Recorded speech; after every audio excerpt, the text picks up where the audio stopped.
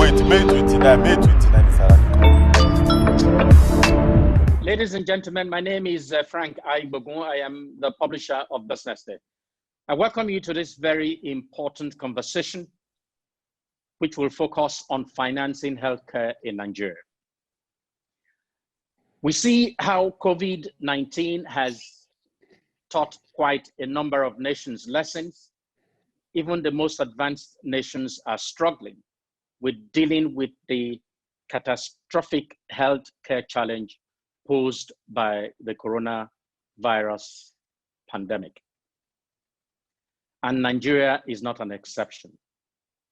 We have a lineup of very, very interesting participants or panelists that will be joining us this afternoon.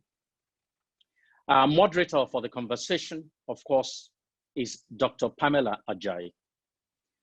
Before I go on to introduce our moderator, let me just say that we are grateful to MTN Nigeria for being our technical partners for this webinar this afternoon. I have absolutely no doubt that you will all be treated to a very engaging conversation. We have about 600 plus people registering from both Nigeria and outside the country. And of course, from embassies, from banks, from health institutions, and also from civil society as well. So it's really a pleasure that we are able to do this with MTN this afternoon. As I said earlier, Pamela is our moderator. Of course, I don't think there are many medical doctors that I know of who engage with the public as Dr. Pamela does. Without any further ado, let me take the pleasure in handing over the conversation this afternoon to Dr. Pamela. Okay, wait, May 29, May 29 is arriving.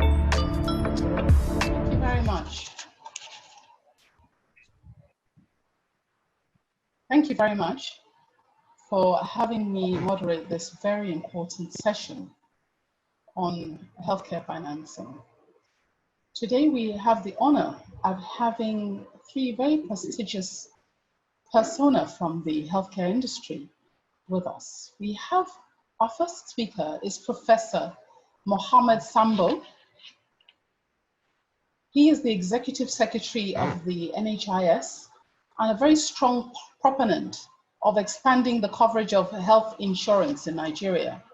He graduated from the University of Jos and capped it with a distinguished fellowship of the West African College of Physicians, as well as holding a master's in international relations and diplomacy. He has served in the past as the Assistant Director Zonal Coordinator for NHIS and has worked closely with HMOs in Lagos when he served as the AGM of the and head of the HMO division at headquarters. We also have Mr. Tope Adeniyi, who is the CEO of the AXA Mansard Health and is responsible for running the AXA health insurance business in Nigeria. Now, AXA Mansard is one of the biggest and most valuable health insurance companies in Nigeria, and Mr. Adeniyi had previously served as a National Planning Manager at UAC. He is also an alumnus of the Lagos Business School.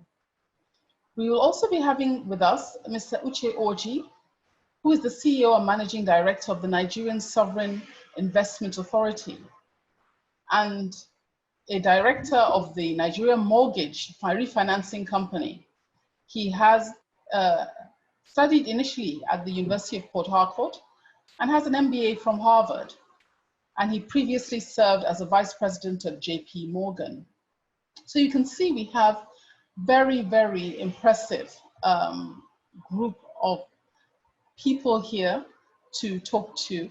And we're going to be talking about financing healthcare in Nigeria with a special focus on insurance. Our health insurance statistics, I'm sure we all know, are not what we would like it to be.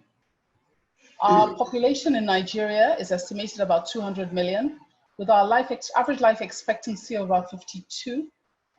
And our patient to doctor ratio is 2,500 to 1. Now, our spending on healthcare is expected to reach 5.7 billion, 5.7 trillion by 2020. And one of the things that has been spoken about is the fact that $1 billion is actually spent annually on outbound medical tourism. And with COVID and the shutting of the borders, it has been shown that that is something that actually has to come to an end. A lot of people found that an acceptable alternative in the past, but it shows that when the world shuts down and shuts its borders and we are all at home, we have to make sure that we can live, we can function, and we have a robust healthcare system that can take care of us. So, without further ado, I'd like to talk about universal health coverage, because universal health coverage is actually the way forward, particularly in Nigeria.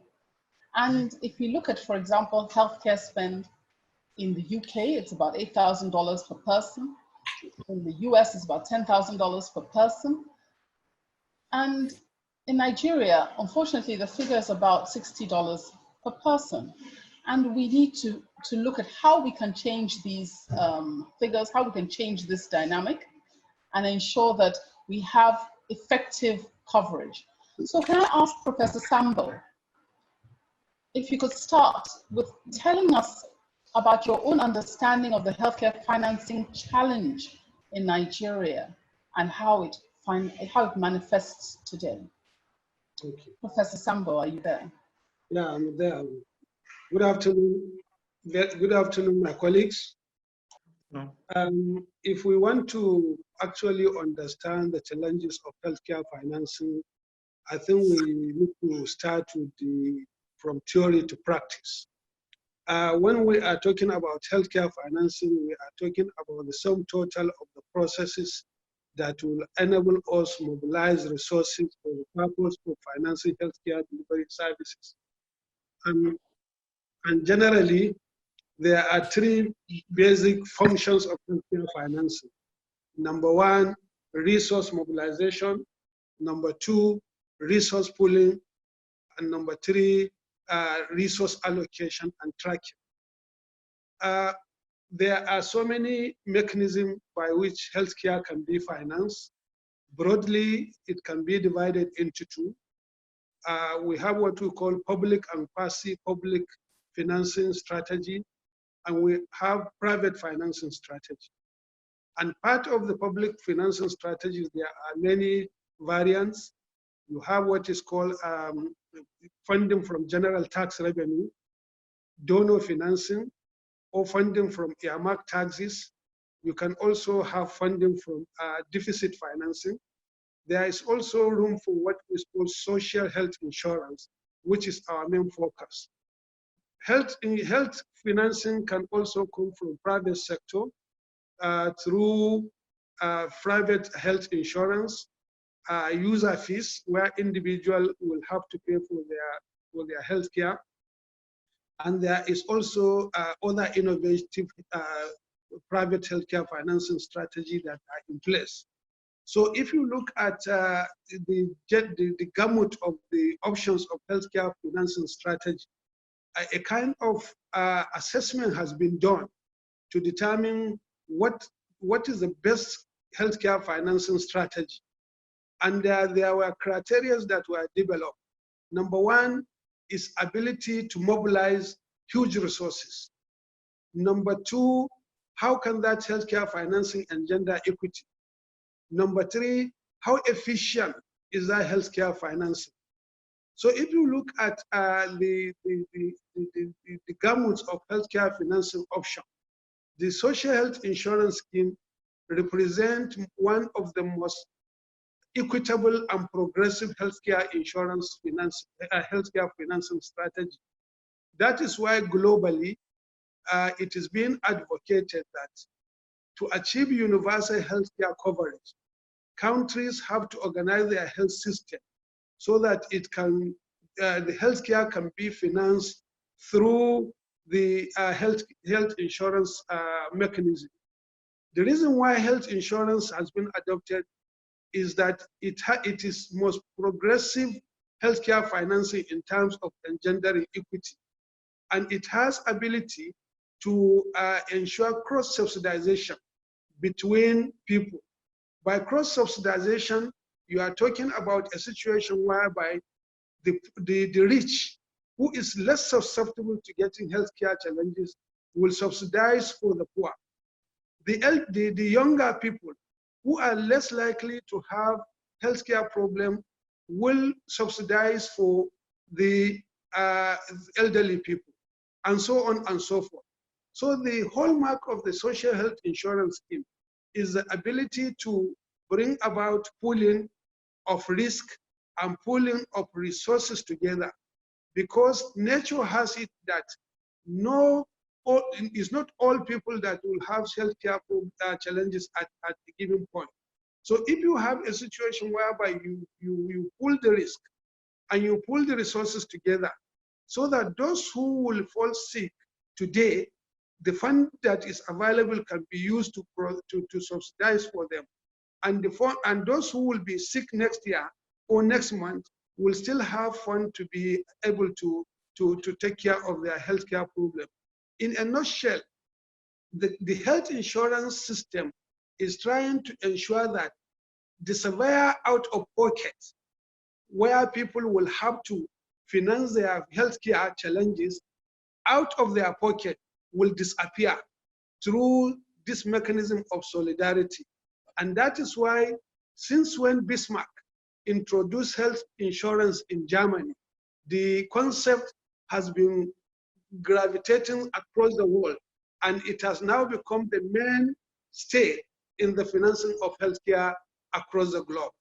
And that's why Nigeria in 1999 established a law establishing the National Health Insurance Scheme through an act of, through a decree 35 of 1999, which has been amended in 2004.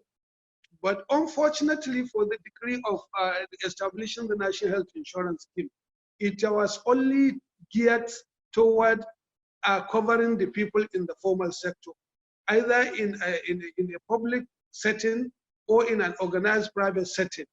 There is no provision for other segment of population who are the vulnerable, and the people that are in personal income generating activities. So that's what I can say at this point in time as a background for the discussion. Thank you very much, Professor Sambo. That was very enlightening. Mr. Orji, are you with us? We've been talking about the importance of universal healthcare coverage, and very importantly, we would like to have your understanding of the healthcare financing challenge in Nigeria, how it manifests today, and in particular with your own experience. Thank you very much, and I apologize that I am just on audio, and I am because my Wi-Fi isn't the most reliable, so I apologize for that. There are two things, maybe perhaps three things, that I would like to speak to. The first is on the subject of healthcare insurance and universal healthcare coverage. It's been talked about a lot, and I do not have a significant experience with it because the centers we have built so far have been such that what I have discovered is that people have had not many of them have challenges paying for the services that we have offered. But that's not to say that one shouldn't aim to ensure that there is a universal insurance system that makes it even more available to others who may need it in the future and are unable to pay. I have had discussions with the professor in the past and with a few other people about ensuring that we have a system that works for everyone. And there is no such time to have that discussion than now. And for us, it's been a wake-up call at the NSIA. Our investments so far have been in non-communicable diseases areas such as the cancer center, and the plans we have to invest in other areas, including nephrology and cardio. And in our pipeline is a couple of programs to build centers for advanced medicine that also look at these areas of non-communicable diseases. We've also built out a couple of big diagnostics and radiology centers, which we have a pipeline of several more to build, and a network of collection centers. And today we've reached an agreement to supplement those diagnostic centers with molecular biology labs to deal with the issues of diseases as what we have now, and prepare ourselves for what will come in the future. Surely many more will come in the future. And then also, of course, there is pharmaceuticals, which is an area where we have not really been as active, but we entered into a collaboration with University College London to develop a strategy and invest in pharmaceuticals. So when I look at healthcare, our view is very, very important to look across all of these areas. And we have a program, and quite frankly, it's always been a core area of investment for the NSIA, but the moment that we're facing today makes it even more imperative, and we're going to drive those programs. Now, let me speak to specifics now in terms of people's ability to pay and some of the challenges that we have faced. We have had cause to approach certain foundations to support people that haven't been able to pay for some of the services that we have offered at the cancer center. That is not a scalable nor a sustainable solution. A sustainable solution is to have what the prof said earlier about having an NHIS scheme that works. Obviously, the real challenge, of course, is if you look at the income levels in the country. Pamela, when you started, you were speaking to certain levels of expenditure in developed world developed countries compared to Nigeria. We're very, very far from that. One of the challenges that has come obvious is the level of contribution isn't significant enough to create that level. So we must up our contribution as a country to ensure that this works. The second thing is, obviously, we need to see that the investment required to make healthcare affordable, everyone sees it as not just a nice to have, but as a matter of national security. And it is clear today that this is really a matter of national security and national survival, quite frankly, as a country. And I struggle to understand some of the statistics we put out there, because we look at some countries like Cuba, who are able to build healthcare systems that are truly world-class without really having significant amount of resources.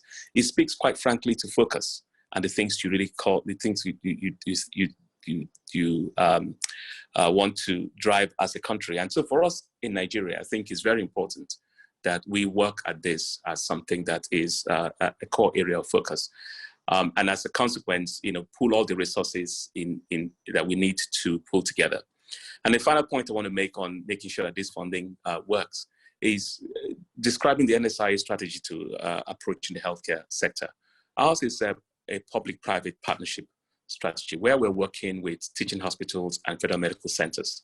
And I believe that we will achieve two things. One, we will upgrade these teaching hospitals and federal medical centers into centers of excellence. And also from there, train people who are able to go out there and provide service. Because one of the things you find when you're a healthcare investor is, whilst it's expensive to invest in the infrastructure and the equipment, the real area of need is actually the expertise and the people. And here you also need to equally invest in significant levels. And I think as private sector works with the government to invest in this area, you should pay attention to training people, upskilling them, and you discover that the needs are quite significant. I was very stunned to realize that we had less than, it's a certain number I was quoted as less than 250 consultant anesthesiologists in the country. And so if you are now talking about building ICU centers and building some of this equipment, it raises the issues about who is going to man them. As well as obviously the issue around the other services like nurses who are also required. So there's a whole bunch of things involved in investing in healthcare that I think as a system we need to look at it. But the private sector working with the public sector can do this. And what we have done with Aminu Kano Teaching Hospital, with Lagos University Teaching Hospital, and with the Federal Medical Center, Moahi, and many other things we're planning to do, show that there's a pathway to actually doing this as a public-private partnership, which I will encourage most people to pursue. Because that way we can actually achieve a lot of things at once, including upskilling the people who are working in those places. There's a lot to do. And there's a number you quoted earlier, Pam, about $1 billion spent on medical tourism. That number was from 2008. It's a lot bigger than that. What hasn't changed, however, is that a significant quantity of that number, about almost 80% of that number, is spent on 4 areas of therapy. And it is in cardiology, it's in cancer, it's in nephrology, and it's also now in high-end surgery. Those are areas that still continue to command the amount of money that is spent outside of this country. And I think that we should continue to invest in those areas. But what is clear now is that as we have this issue now of COVID, investing in the rest of the healthcare infrastructure is very important, and making sure it's available to all is also very important. I'll pause here. Thank you very much. I think that was really very deep and insightful, and has taken us quite, a long way in terms of looking at different aspects of the issues that we have at stake here. And I think one of the things that speaks to mind as you speak there is the issue of brain drain, but we won't go into that right now. I'd like to ask Mr. Tope Adeniyi for his own opinion on the healthcare financing challenge in Nigeria and how it manifests in his own experience. Mr. Adeniyi. Right, thank you very much. I will take it on from what Prof has just shared about the importance of having healthcare finance through health insurance. The concept of healthcare system that works effectively is based on demand and supply. So from the perspective of achieving universal health coverage, you have a need to aggregate demand and aggregate supply. The supply side is where the healthcare itself is delivered, diagnostics, pharmaceutical, clinical, and all of the health ranges that deliver the service. While the demand side is the concept of pulling all the resources together from the consumers to be able to meet equitably all the needs of the healthcare. The healthcare financing is no doubt a big challenge in Nigeria because of a few things which I would like to iterate. The first is financial capacity of average Nigeria. Of course, as a country, as a nation, the average capacity of individual, if you look at GDP, if you look at earning capacity on the average, is quite low compared to other countries that achieve universal health coverage. However, I also think that aside from the fact that we have lower capacity, I think also we have not perhaps spent that money well. We can actually get more from what we spend today on health. We can actually get more from that which we have today. And then of course we can build more on it and get more from it. So how do I mean by that? I mean, for example, if you look at the healthcare spend, and whether you look at the out of pocket or you look at the government spend altogether, you will realize that the 70% out of pocket spend today is really not just 70% spent in hospital, public or private. It's largely spent in unorthodox medicine, chemists, places where really there's no structured healthcare system. And therefore, there is little value that is added to the people's life. And you know that what continues to complicate healthcare system is when the primary healthcare is weak. So when people take healthcare to their, they take their healthcare to their hands and they do not have skilled, doctors to attend to them, they tend to go to either a chemist, they tend to go to traditional, provider of drugs or unorthodox drugs, and then they consume all sorts of things until they have complications, and then they land in our secondary care and tertiary care. So we continue to have, even the health spend today is not optimized. It's not effectively optimized. So we are getting less from even this little spend. So the first problem is the fact that we do not have, and we have a challenging economy. We have an average ownership of healthcare per person is quite low. And the second thing is that we are not really spending even that money effectively. We're not getting the best value of what we are spending on healthcare. We also have the fact that the reason why we also are unable to aggregate enough is because there's poor awareness. So largely, people are yet to know that they can actually have a prepaid health system that will save them in the days when there are challenging healthcare needs. So people have low awareness. the people that have much of awareness are the private sector as well as formal sector, because more or less the employers tend to make it a bit of mandatory for them to buy into health insurance, or maybe either to manage budget or to be able to cater for the people. And that's a very small fragment of the entire nation, of the population. So I see that awareness is a major challenge that has also caused a problem with our healthcare financing. And the third area I would like to mention is the fact that distribution to access opportunities for healthcare financing is also weak and low. We have a 200 million population in a wide, geographical, location in Nigeria, and we have very limited distribution, mechanism to aggregate this. Even though we have platforms, we have facilities, we have platforms that people have built, but we are not leveraging on this platform, both to be able to aggregate the financing that people have to be able to get this thing done. And of course, the regulatory framework also is not compelling enough, it's not exciting enough for the people to be able to contribute to it. For example, there's no mandatory health insurance bill at the national level. Each of the states is trying to sign that into law in fragments, but at the national level, just like we have the growth in pension, the growth in group life, we've not had a mandatory health insurance bill.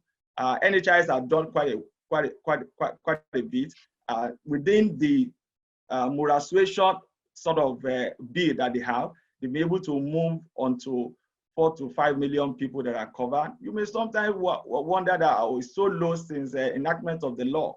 But really and truly speaking, what do you do when it is just based on moratorium, when it's just based on choice? And you also have the supply side not very, very advanced enough to be able to convince the people. So you are suffering on both sides. You have a supply challenge. You also have the fact that there's a weakness in what makes the people to love to actually contribute into this health insurance pool. So I see that the regulatory framework that has not been put in place in terms of making health insurance mandatory is also an integral part of what is slowing down the healthcare financing in Nigeria. And as soon as we're able to fix all these demand side issues, naturally it will it will compel the supply side to also improve. So for example, as NSIA is investing a lot, after a while, after 3, 4, 5, 7 investment institutions they partner with, you realize that if there is no insurance that is supplying the number, they will start receding. They cannot sustain that anymore because they will not have enough population. There will be enough population in the beginning, but when there is no steady supply of funds through healthcare financing, through demand, well structured through insurance, they will not be able to grow rapidly anymore. So there's a need for us to be able to fix the regulatory side as much as also optimize what we have at the moment. And of course, awareness needs to grow increasingly. Thank you. That's very good. But can you just tell us a bit more about how? Because you've told us a lot of the issues, a lot of the problems. But how would you use the power of health insurance as a tool to solve Nigeria's healthcare financing gap? How would you do it, ideally? From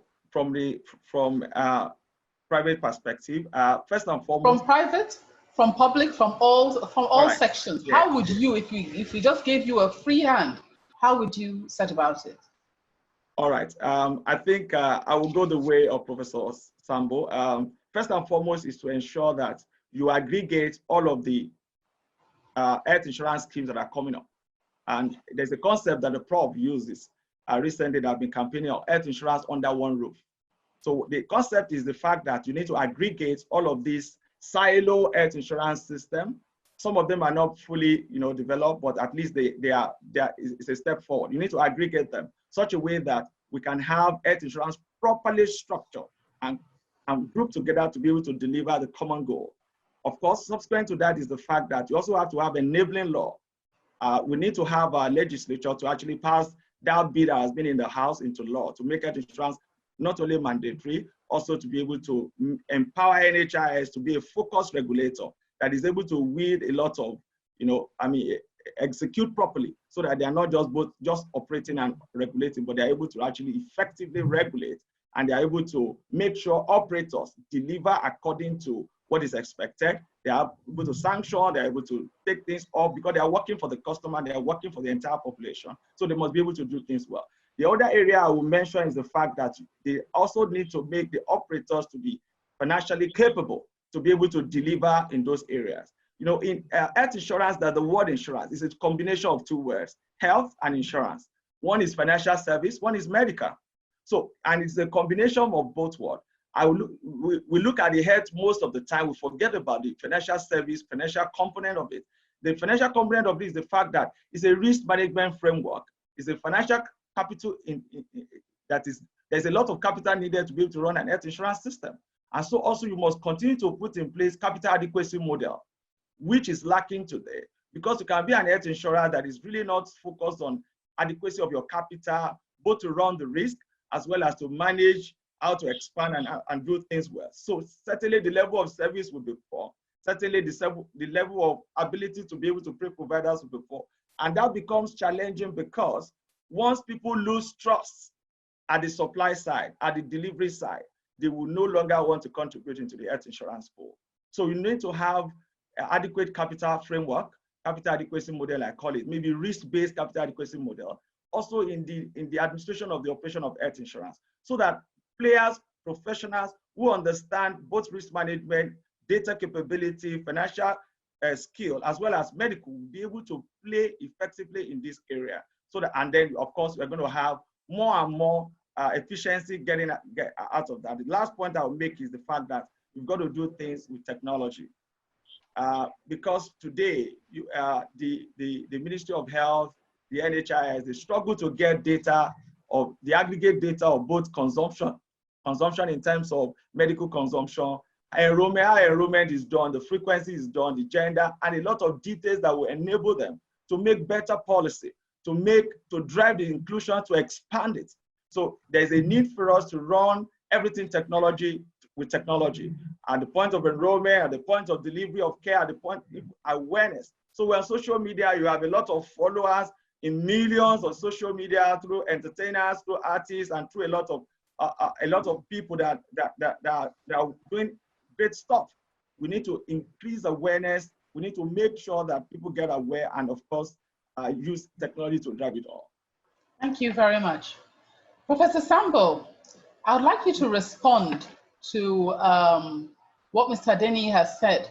What is your commission doing? Because some of these ideas he actually stated are your ideas. What is your commission doing about it? How can we ensure that the government is able to move us forward? And also, how can it open up the space to facilitate what is being done in the private sector? Thank you very much, Ma. If you look at the architecture of the National Health Insurance Scheme, by the law that has established from the objective of the National Health Insurance, which is to reduce the financial hardship in paying medical bills, ensure equity in the distribution of healthcare services, harness private sector participation in the health insurance. So even from the objective of the National Health Insurance Scheme Act, as well as the modus operandi, the architecture, it makes a very clear arrangement of public-private sector participation. You have a component of public, which is the National Health Insurance Scheme. You also have the component of private healthcare arrangement through health maintenance organization and through recognition of private healthcare facilities to participate actively in the health insurance business processes and provision of healthcare services. So that arrangement is there. The most important thing is, how do we ensure that each actor is playing according to the laid down rules and regulation? And when National Health Insurance Scheme was established, frankly speaking, the level of ICT was very rudimentary. But the National Health Insurance Scheme, if you look at our rebranding agenda, which is anchored on 3 pillars, engendering, ensuring NHIS, ensuring restoration of value system within the National Health Insurance Scheme, engendering transparency and accountability, and accelerating the drives towards attainment of universal health coverage. If you look at our second pillar, the issue that has to do with transparency and accountability, there is no way NHIS can achieve the level of transparency we require if we don't have an overarching ICT structure which connects the National Health Insurance Scheme and the other stakeholders that are operating within the ecosystem, such as the health maintenance organization and the healthcare providers. One of our major focus is to ensure that we have achieved that level of integration. If you cast your mind back before, the health insurance did not envisage that there will be state health actors. The initial intention was to have NHIS as one single entity who regulates and ensure administration of the health insurance activities through health maintenance organization. But because we operate a fiscal federalism in Nigeria, most of the states refused to join the National Health Insurance Scheme at the inception. It took almost a decade trying to convince the states to come on board, but they declined. Then, as a matter of way out, and in view of the need to attain sustainable development goals for achieving universal health coverage, states were allowed to develop their own social health insurance system.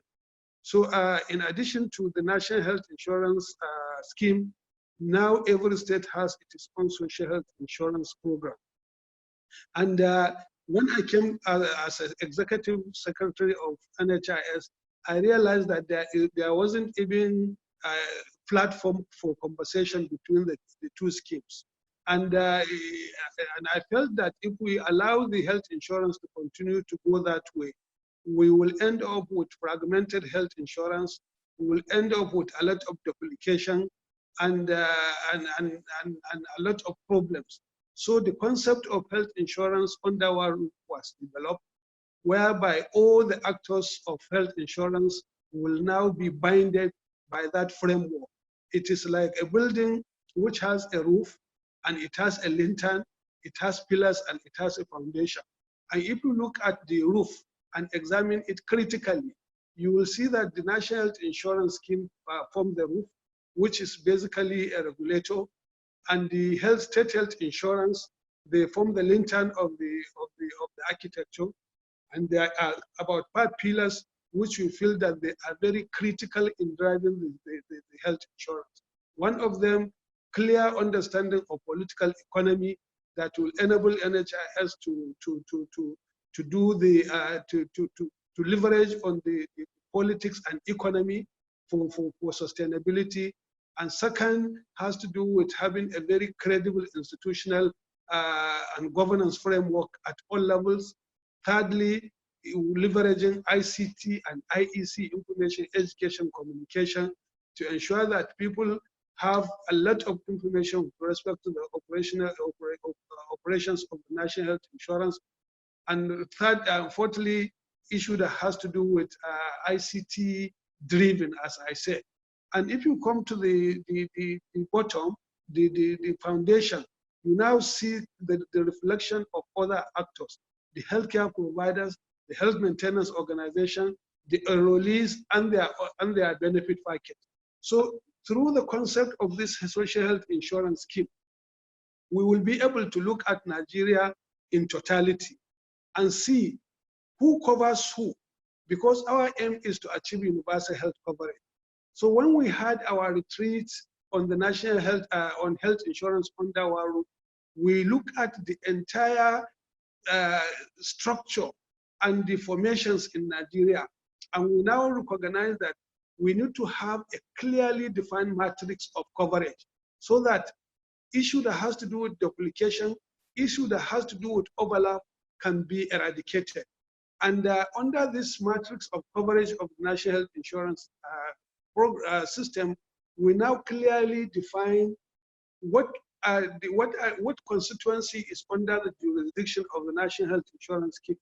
and what constituency is under the jurisdiction of the state health insurance agencies.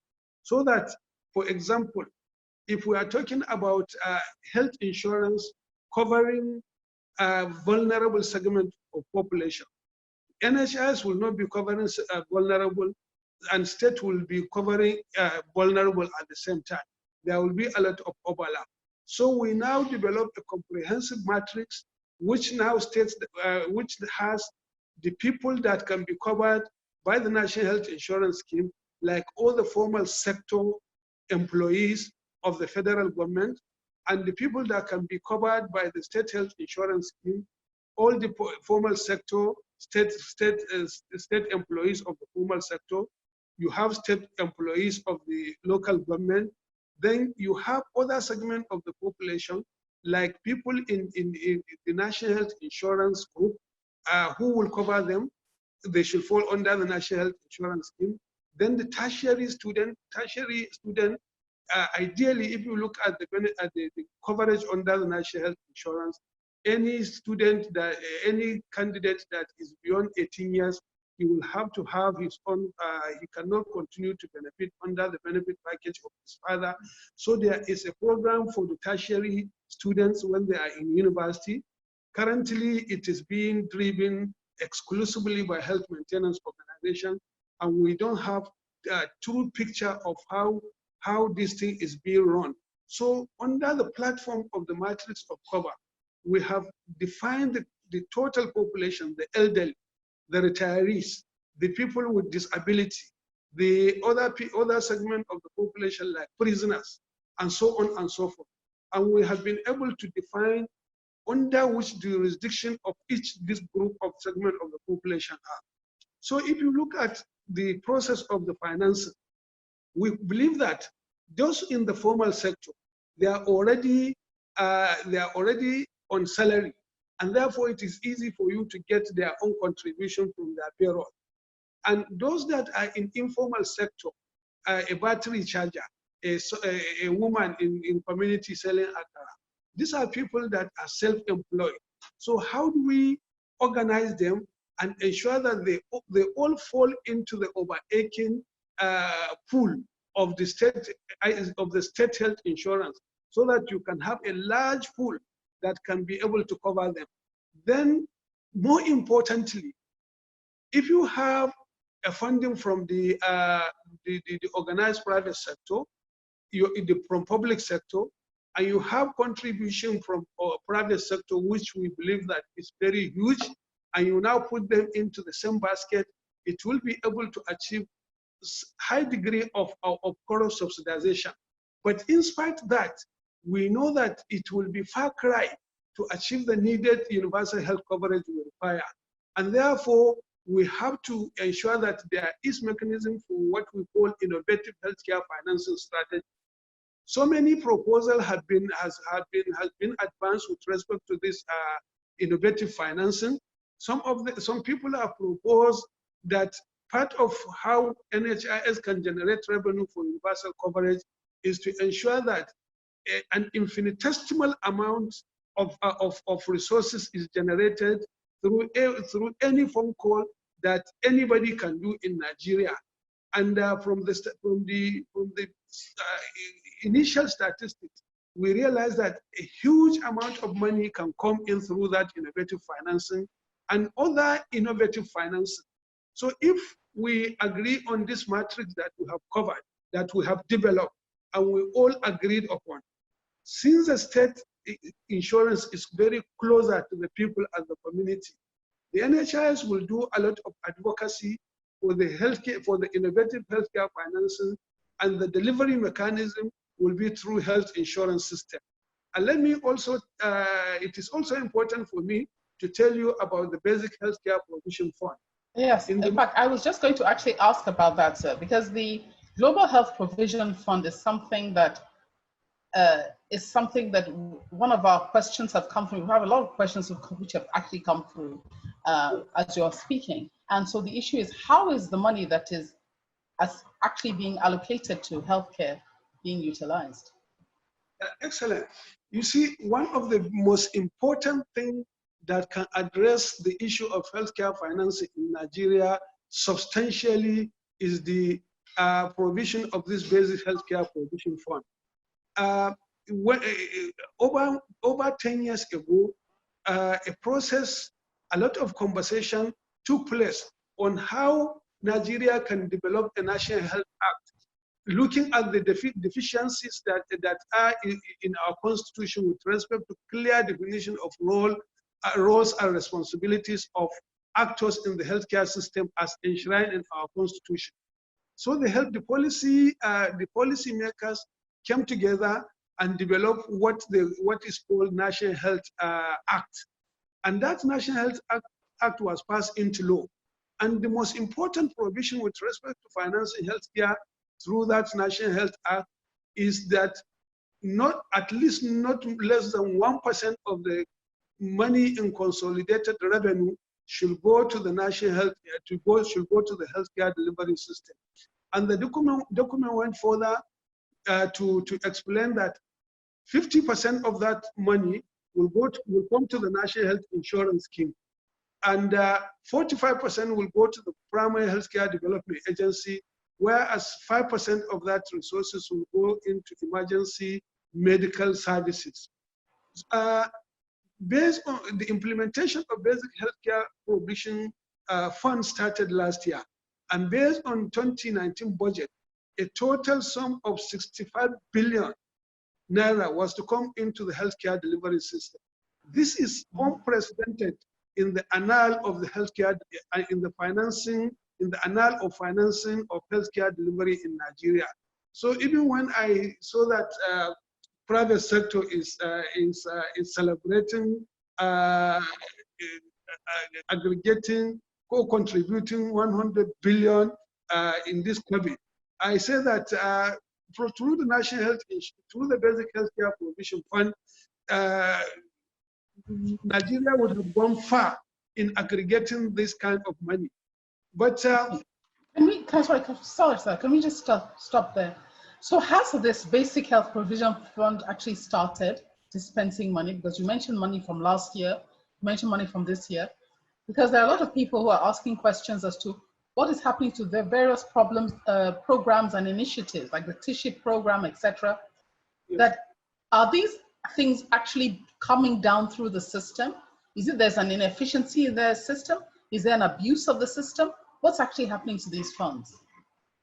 Yeah, frankly speaking, if you look at what has slowed down the operationalization of the basic healthcare provision fund, I think it's more of distrust that has crept into the actors of implementation. The National Health Act was very categorical as to how the money is to be disbursed, but somehow, somewhere, this arrangement was distorted in terms of the Federal Ministry of Health going to establish what is called a steering committee, and that steering committee began to micromanage the operationalization. But the agencies and the National Assembly in particular wrote a petition to the Honorable Minister that what is happening with respect to the basic healthcare provision fund is not based on the letters and spirit of that act. So the Honorable Minister constituted a committee to look at the operational guideline with a view to aligning it to the provision of letters and spirit of the National Health Act. I think the committee has submitted, has finished their assignment, and the report is about to be submitted to the Honorable Minister when the COVID-19 started. The major gateways are in alignment with what the National Assembly has said. Because if you look at the operational guideline from the NHIS perspective, rather than the money to come directly to the National Health Insurance Scheme to be disbursed to the state with respect to with respect to aligning with the operational guidelines of the National Health Insurance, the guidelines of the implementation created a sort of a vertical program, which can now be put down the throat of the state. You are operating your own social health insurance, and there is a vertical arrangement which is very, very hazy in terms of clear definition of who should be beneficiaries of that basic health care provision fund. So we have participated in the process of the review. We have also said our mind very clearly. What we, from our own perspective, if we are giving that money, we will give it to the state, and we will look at this matrix of coverage, and we will define the exact segment of population that this money can cover based on our own benefit package, so that we can be able, at the National Health Insurance Scheme, say that based on the resources available, these are the people that can be covered. And we know that the money cannot extend to beyond those people. And that is why, where we will begin with our other innovative healthcare finance, because so that by the time we have a innovative healthcare financing and we are able to draw a lot of resources from that, we can continue to roll out cover. The concept of sustainable development goal says that every country should strive to see how they can achieve universal health coverage by 2030. So we are not under any illusion that tomorrow or next tomorrow or next year we will be able to cover the entire Nigerians. But we will create a process that will take us to maybe 2030 or before. But we are gradually rolling the health insurance in a systematic and purposeful manner to allow us being able to track the number of people we cover, the segment of the population we have covered. But if you look at the guideline, it says that malaria is free for everybody. If you say malaria is free for everybody, and when some people are already covered under the formal sector, under the private sector, and now you are saying malaria is free, and the health insurance scheme does not envisage anything free. In fact, we wanted to avoid that free healthcare, which is a cardinal picture of general tax revenue. You have allocation to the healthcare system, and no, you can't even track that money to a particular individual. Many states in Nigeria, in some years back, not very long ago, they have tried what they call free healthcare services. And when they were coming with that free healthcare arrangement, we told them that the world has gone beyond this free healthcare. Why can't they do prepayment system? But most of them, they did not listen to us. As I'm talking to you today, no state that is operating any free healthcare program that they have started, because it's not realistic, it's not targeted, and it's not sustainable. But if we do this, if we pursue the implementation of health insurance through this health insurance under our roof, we will be able to achieve quite a lot. Another important objective of the National Health Insurance Scheme is to ensure availability of funds for the healthcare delivery system. How can National Health Insurance achieve that? If we have a situation where we can have money that is going to the healthcare facilities being tracked. For example, a teaching hospital that has numerous number of enrollees, they are getting a lot of money. If we could also speak to that, sir. As you're mentioning teaching hospitals, we have some questions that came through on Yes. the teaching hospitals, as in why are the teaching hospitals a lot of money going through the primary health care being delivered in teaching hospitals rather than not? And how can that, as opposed to using the teaching hospitals, perhaps make some of that money available to the private sector? Yes, ma'am. You see, one of the things that we must have to do under the National Health Insurance Scheme, even if it is not now but in future, is to be able to track, because the whole idea of the health insurance system is to ensure availability of funds in the healthcare facilities for service delivery. So if we are giving a lot of money through National Health Insurance Scheme to the healthcare facilities, I think what the Ministry of Health will have to do in future is to ensure that funds that are going into the teaching hospital are judiciously utilized. Maybe a suggestion that we need to put in place the healthcare facility, the teaching hospital, and any facility that is benefiting from the National Insurance Fund. He must develop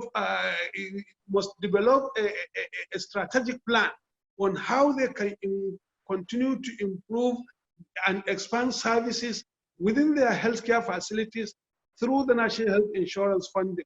This is not encapsulated in the law of the National Health Insurance Scheme, but this is very, very necessary if we are to support government, if we are to ensure that there is efficiency in utilization of government resources.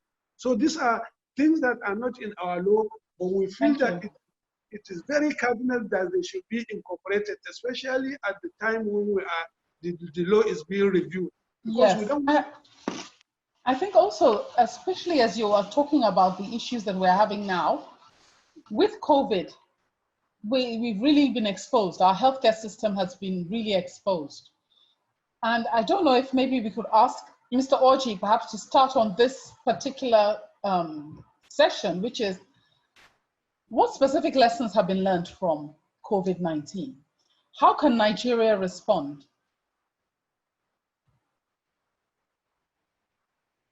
All right, thank you very much. I mean,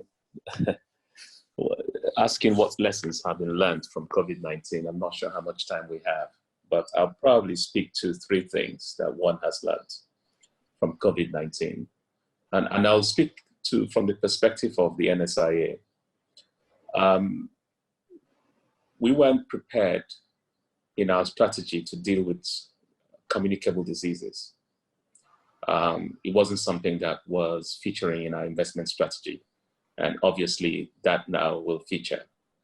And so, and the second thing that we have learned, and sorry, let me explain the first point. And by that, I mean, the centers we're building that were initially going to target cardio, nephrology, oncology, and a few of the non-communicable diseases will now be expanded to ensure that they are full hospitals.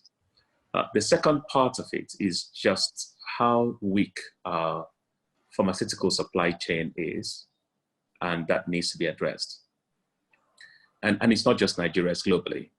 Too much dependence on India, too much dependence on China. And these 2 countries decided to lock down. And so we're all having to pay the price for that. And I found it shocking that we didn't have many or just about any of scale of pharmaceutical companies that had the right certifications.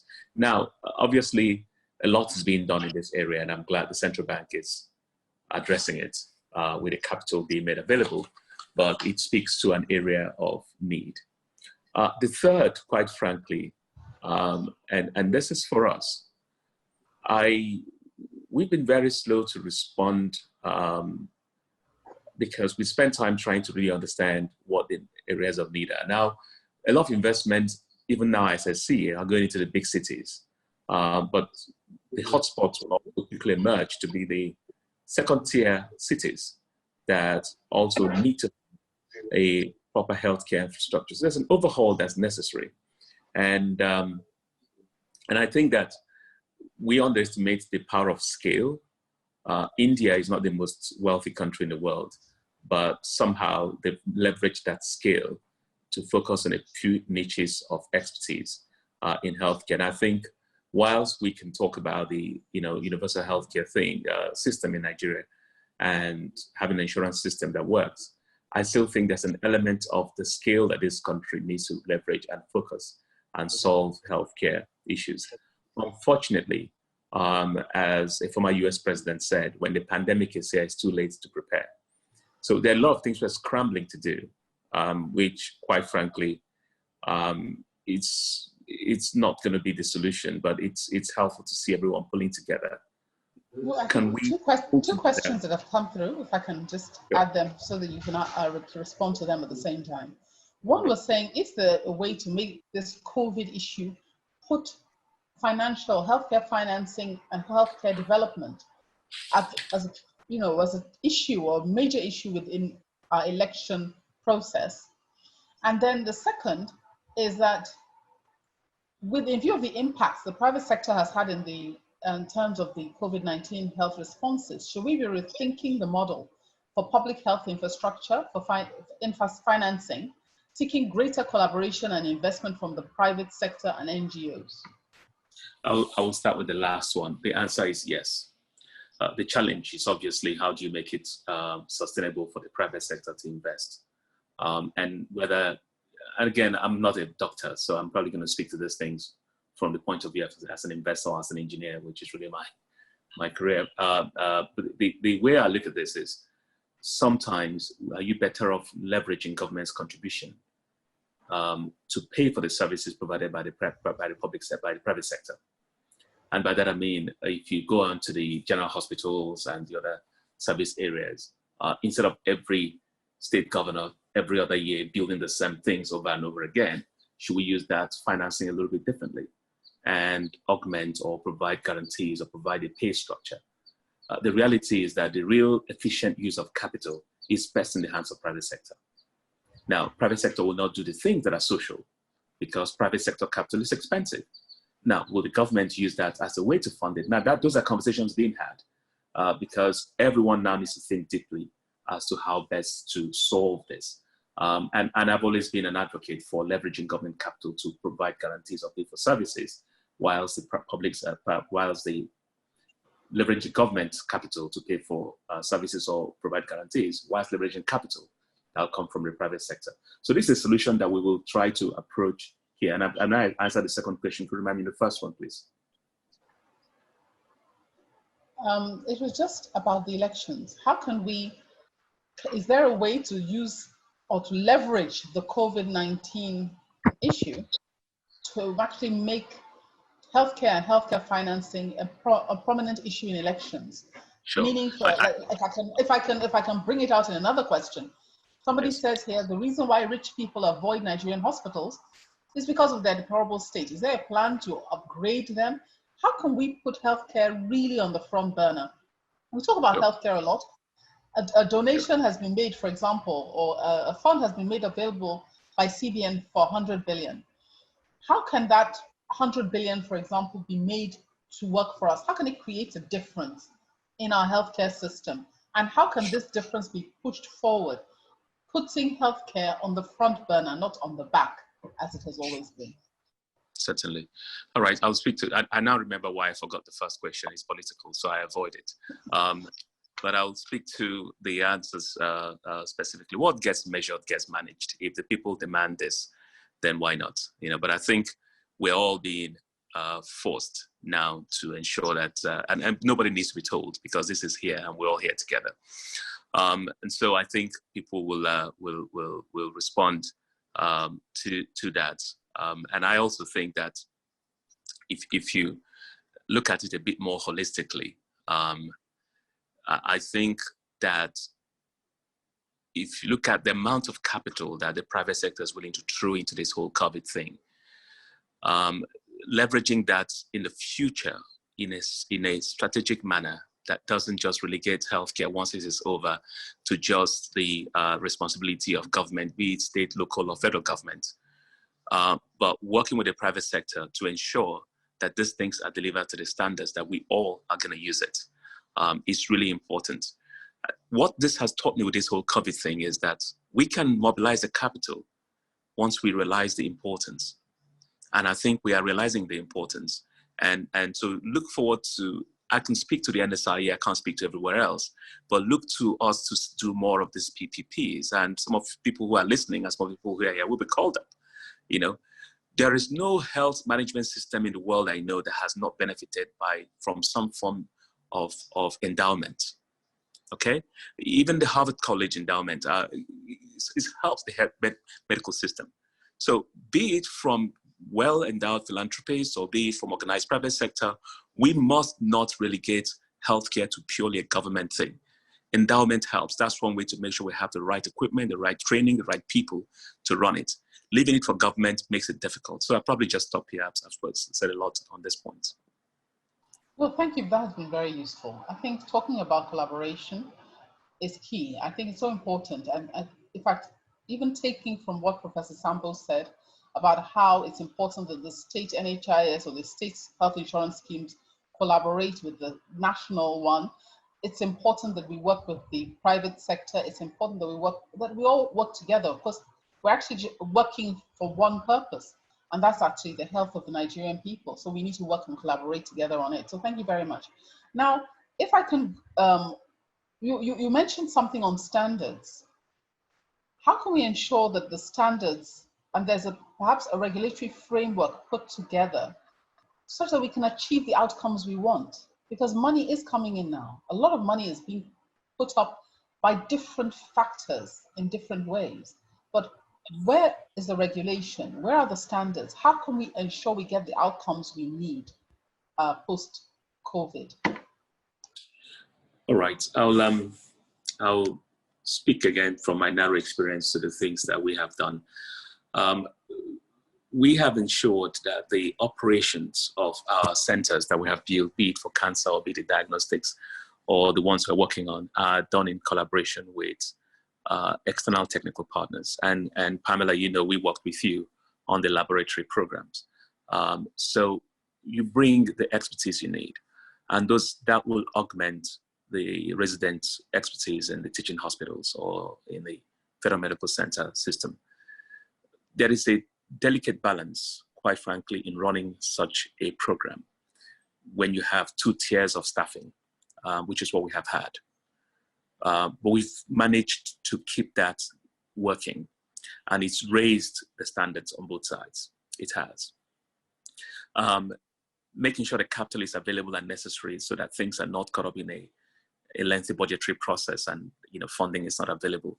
But getting to work with the resident doctors to bring in external expertise to the level that they're all comfortable with is a very deft skill in managing human relations, which I think is in some ways what we have done. But I can say that we can extrapolate that experience across the board, where some of our really high centers should go into partnerships with other areas to provide that external validation and then training, of course. And so we've had to end up in collaboration with Marshfield Clinic in Minneapolis to help with our cancer treatment center and a couple of other places in the US. And it's expensive to do that, but that is kind of how you keep that expertise going. But I also think that within the country, you have pockets of excellence in Lagos, pockets of excellence in Abuja, in Port Harcourt, but we must find a way to organize it and use it across the rest of the country as well. I find it quite shocking. If there's one area Nigeria has a competitive advantage in the United States, it's medicine, right? You see top Nigerian doctors in just about every area of therapy. And so one of the things we've also tried to do is to leverage a lot of that. Go to England, go to the United States, you will find them everywhere. And so it's always shocking when they read, when foreigners read about our healthcare system domestically, they can't quite reconcile the two. So leveraging our diaspora to perhaps finding a way to reverse the brain drain, not just leverage them over there, but create enabling environment for them to come back and actually bring their expertise here permanently. True. And look, the truth about it is this, let's come down to what it is. It's about how much you pay people. It's about the environment you provide for them to work in. And do they have the tools, do they have the skill, the equipment to work, and how much you pay them? And so let's face the reality. This is a very important aspect of our existence, and the compensation has to match it. And that's fact. So, we talk about reversing brain drain, and this is where I believe the private sector can help the government.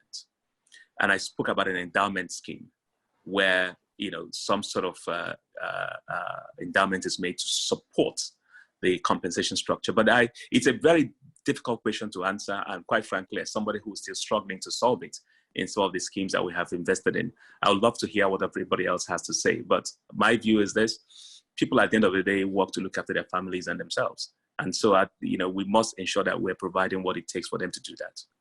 Definitely. So if I can ask Tokwe, there's so many questions that have come through. It's just trying to get all of them out. Now we have a question, very important question that came through that I think has to be addressed, which is the main problem of any health insurance scheme in the country is distrust. Will Nigerians get value for their contributions? When it is time for insurers to pay, will they fulfill their obligations? When there is trust, Nigerians will want to key into any health insurance scheme. So that is something that has been brought out, which I'd like you to look at. And something else, we've been asked, can you list specific things the government should do to expand private sector insurance coverage? In particular, I would say in the post-COVID era. Tokwe. Okay, thank you very much. I think, let me start with the first question.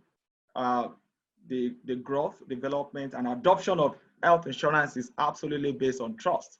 And the trust is in, after I've paid health insurance money, at the point of fulfillment, am I able to get the service promised?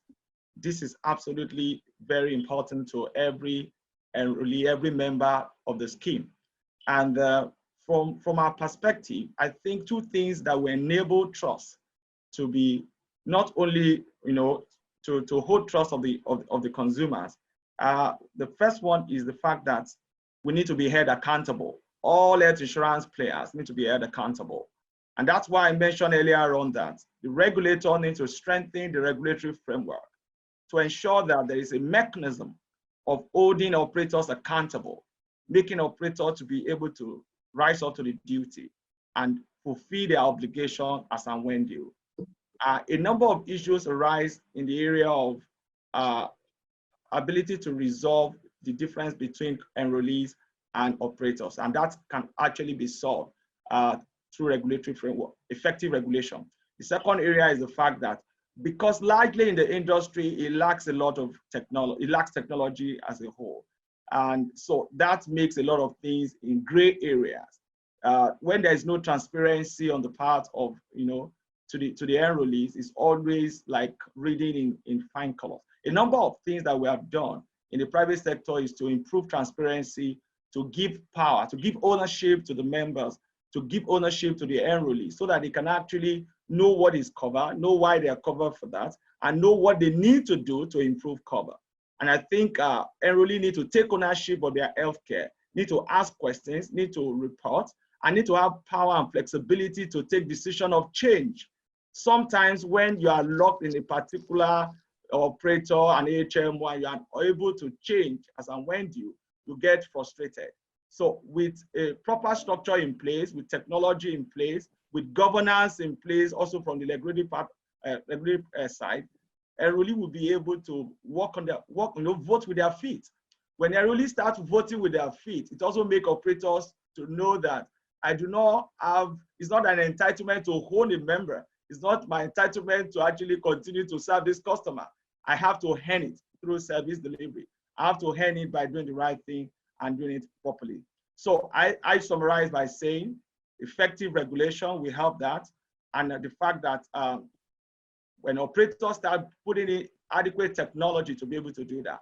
Although I mentioned earlier on, sometimes it could also be a capital issue, capital adequacy, because when you do not have proper capital in your company, you are not able to attract the right skill, the right operational framework, and you cannot deliver the right service. You cannot even have the technical skill to build actuarially determined premium that will be able to take care of the population based on their benefit to be covered. So if you start pricing war, you just said, okay, you can come and buy this plan at X amount today and everything will be covered for you.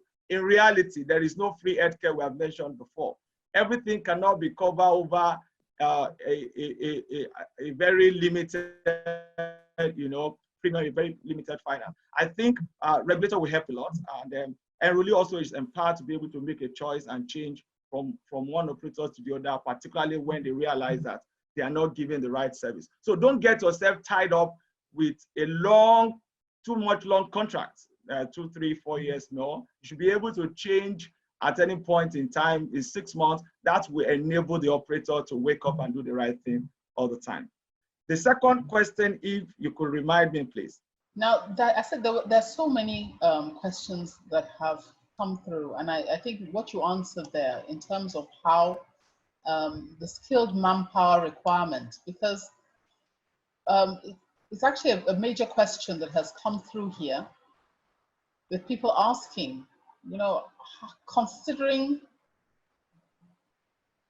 the requirement of our population and the number of people we have, a question that someone is asking here is, why are we not exploring and adopting the efficient Cuba healthcare model? Do you know about the Cuban healthcare model to be able to discuss it and explore it? Okay, I'll just say a few words because of our limited time around that. To be honest with you, it's a very good question, and I'd love to really respond it from two sides. The first side is the fact that the Cuban model has an accountable process. Accountability is very key. All the operators and players, they have clearly defined set KPIs that they must achieve over a given period of time, from the regulator to the operator. And this is an area which is very important. Even our NHIS must have key performance indicators over a period of time to say, for the next 3 years, NHIS is going to move coverage from 4 million to 6 million. Operators, we are in this together to ensure we have basic health coverage and top up for maybe private other practice, private interesting people, to move health insurance coverage from 6 million to 10 million. Then we take that as a KPI, everybody begins to measure every quarter, every 6 months, every year, until the end of the period. Accountability and clear definition of key performance indicators is very responsible that made Cuba's model to be successful. The second area is collaboration between the private and the public sector. So like Uche has really talked about it extensively, there must be a continuous collaboration, not emergency collaboration. So for example, now we have a COVID case. Private sector had risen up, had donated billions of naira to support healthcare. We've literally known that there is no separation on healthcare issue from the rich and the poor. The poor and the rich will die the same way when healthcare challenge comes. Borders are closed, nobody move anywhere. It is the bad hospital or good hospital that we have that we all have to survive by. It is the bad or good skills that we have that we have all to survive by. But when we make it a practice to have this collaboration on a continuous basis, then it becomes successful, exactly like Cuba. I would like to mention, for example, we have schemes that have been made private-led, but it's continuous. Look at what CBN did, what NSIA did. CBN decided to say, I want to do financial inclusion and task all the banks to put themselves together to be able to ensure that financial inclusion extends to the people unbanked, underbanked, underserved. And this has been going on, and there will be massive enrollment into the scheme.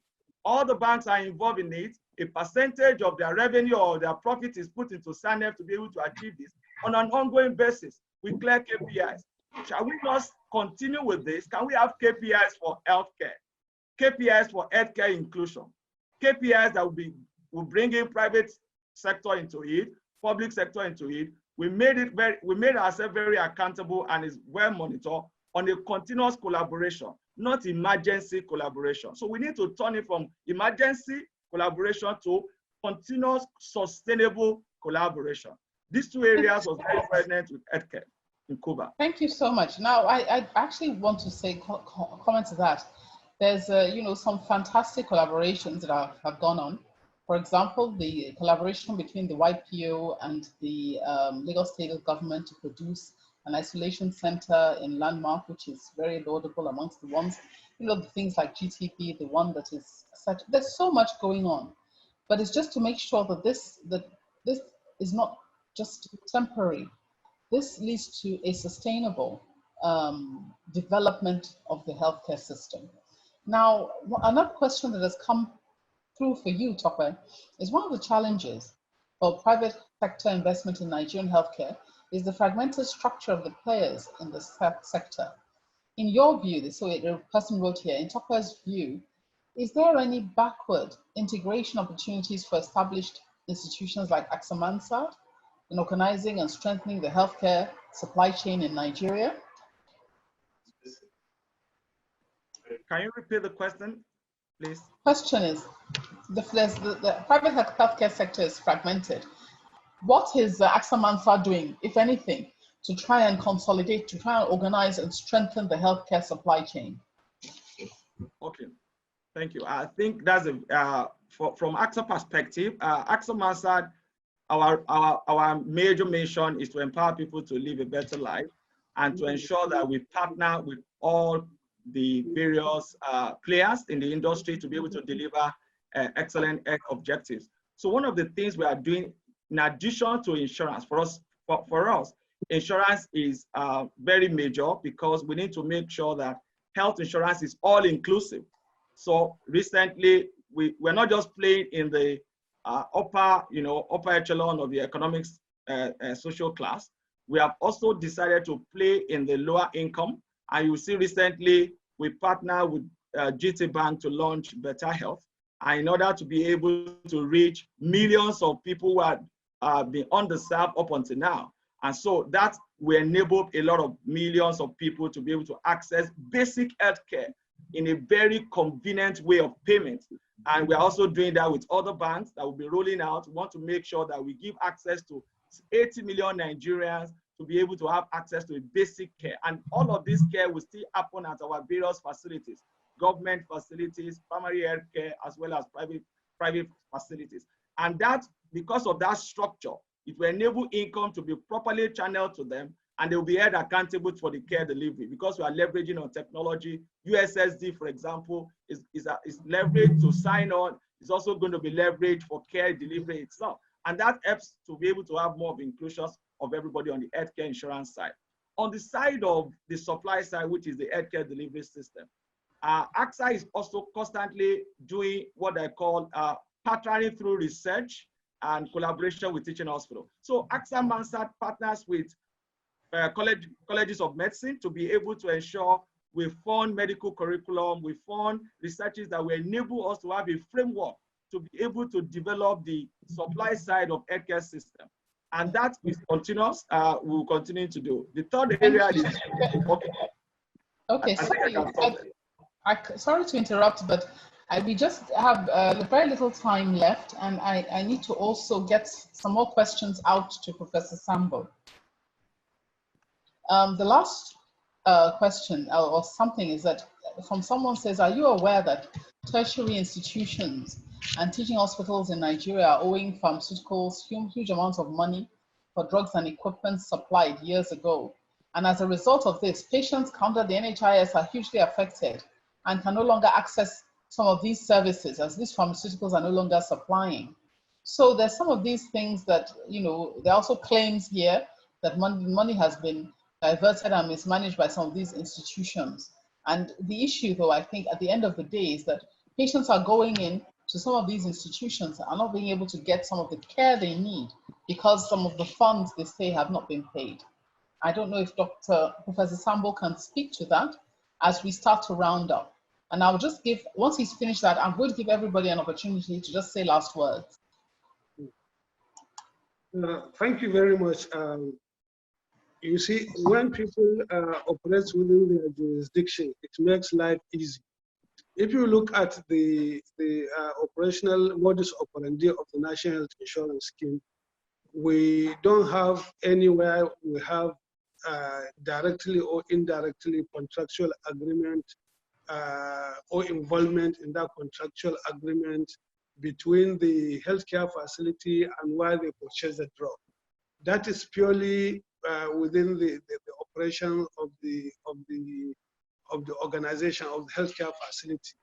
We have a business relationship with HMO. We pay HMO, and HMO pays facilities. If the facilities wants to buy the drug, we don't have any arrangement as to how they source their drugs. All we are interested is to ensure that our enrollees gets the drugs they require as at when due. And therefore, such kind of information has not come to NHIS under my stewardship, and I know that it will not have come to NHIS.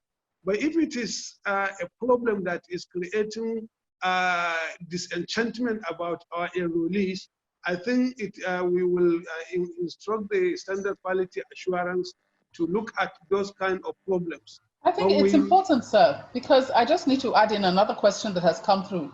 It says that we are having serious complaints from providers that drugs in the market are more expensive now and above NHIS price with the fluctuating Naira. How are we going to go about it? Because they cannot continue providing enrollees with drugs at these NHIS prices. Now, obviously, there's a crisis there. Yes, that crisis we have seen it, and it's real. We cannot deny it because of the fact that since 2012 our benefit package was designed, and the fees that have been allocated for each and every services and drugs are those of 2012. And we all know the level of inflation that has taken place in Nigeria now. Yeah. And if you look at, this is one thing that people that are operating in the national health insurance must understand. We must be clear. If you look at the way NHS gets its premium, it's based on the salary, proportion of the salary that is coming. And if there is inflation and no salary increase, it makes managing health insurance scheme very cumbersome. But that does not mean the NHS should stay aloof without doing anything. And it is in that regard that we held strategic stakeholders meeting with the manufacturers, drug manufacturers in Nigeria, so that we can work closely with them, and we can have a kind of arrangement, just like what has happened in the previous PTF. You have a drug which has PTF brand, and if we make that kind of arrangement, all the complaints that is coming from the enrollees with respect to the quality of drugs will be evaporated, because they will all accept the fact that these drugs are manufactured by and certified by the National Health Insurance Scheme. And I think that is excellent, sir, and also will ensure that we buy Nigeria, so that the drugs that are actually being produced by our own manufacturers actually have a prominent place. So things like the investments that NSI is proposing to do in pharmaceuticals has an immediate uptake. Not that they will be put aside in favor of foreign produced drugs, but actually that our own made in Nigeria products are actually put at the forefront. Now, sorry, sir, we actually have only 3 minutes, and there are 3 of you. So I'd just like you to give us your last, any last comments for our audience that are listening. Okay, thank you very much. The audience should understand where we came from. We came and met NHS in a very precarious situation, and we have taken comprehensive situation analysis of the situation, and we have created a very clearly defined roadmap for in which that we will continue to grow and to nurture and grow the national health insurance scheme. Most of the problems that enrollees are encountering are problems that cannot be solved by fiat. They are systemic problems, and we are following a systematic way to resolve them. Issue that has to do with payment system, issue that has to do with quality assurance, issues that has to do with supply and logistics. We are all looking at them in a systematic way, so that by the time we provide a solution, the solution will cut across. And we need to be patient, and definitely we are going to see the light at the end of the tunnel. Thank you very much. Thank you very much. Mr. Orji, do you have any last words for our listeners? Well, I think I'll say 3 things. The first is the NHIS obviously is underfunded, and perhaps we should all have a look inside and ask ourselves, are we paying enough into the NHIS? Maybe we should have a word about that. and perhaps pay more. Number two, this is a crisis that affects everyone, rich, poor, everyone is here. And it's a moment of introspection. But I think one of the best things I have seen come out of this is the desire for the private sector to participate, and it must be encouraged alongside the public sector to work on this. Private sector use of capital is more efficient than public sector. We should make sure we walk through PPPs. Number three, these donations that have come now to deal with COVID should morph into a proper endowment structure to make sure that we are building towards a sustainable healthcare structure in the future. Is the only way we can all live together healthily. We must all pitch in and contribute. That's all I have to say. Thank you. Thank you. So, Mr. Denny, could you give us your own last words? Okay, thank you very much. I just want to say, first and foremost, a big kudos to all our medical personnel that are fighting at the forefront, and our heroes at this time, fighting all the battle over Nigeria to ensure that we get out of COVID. Excellent job you are doing, and we're proud of you. To all our listener and participants, I would like to say that it's absolutely important for everybody to have health insurance cover. This lockdown showed clearly to us that we need to be protected. We need to have prepaid plans. Whichever form you have, whether government, public sector, or private sector, you need to have an health insurance for yourself. And my last word goes to the government and NHIs, as well as all the federal agencies of government. We need to give pioneer status to people who produce medical supplies in Nigeria.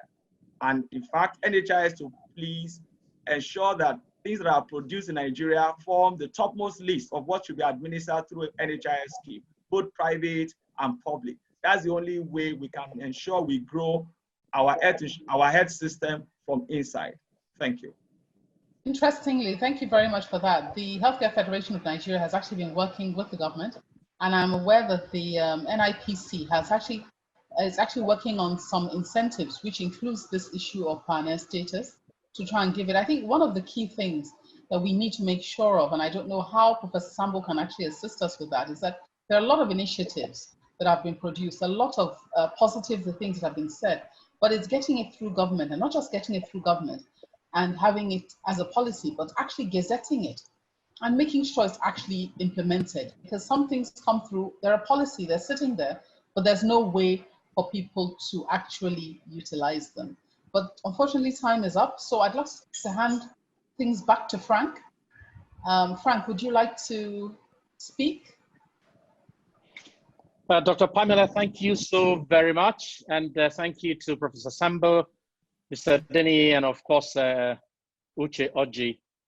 We're so very delighted that you have been able to join us. The participation rate has been very, very high. I mean, given that this is a specialized care, but what COVID has taught us is that healthcare is probably the #1 thing that we should be thinking about in life.